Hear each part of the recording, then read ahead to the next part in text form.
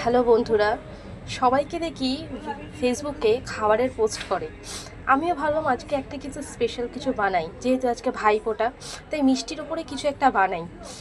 তো হঠাৎ করে মাথায় একটা প্ল্যান এলো, এক্সপেরিমেন্ট করি।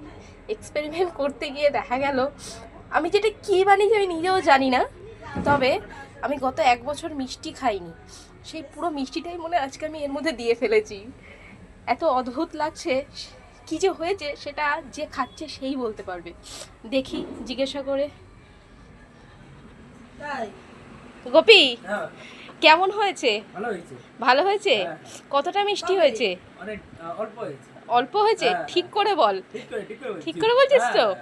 খেতে কি ভালো লাগছে? মোটামুটি ভালো লাগছে। আমার তো দেখতেই ভালো লাগছে না, তোর খেতে ভালো লাগছে? এই যে আরেকজন বসে আছে খাওয়ার জন্য, ভাবছি কি করব, ওকে দেবো? একে দেওয়ার পরে এ আমাকে আমার কাছে আসবে তো? আমাকে ভালোবাসবে তো? তুই কি একটু খেতে চাস? ঠিক আছে, আমি দেখছি তোকে একটু দিয়ে।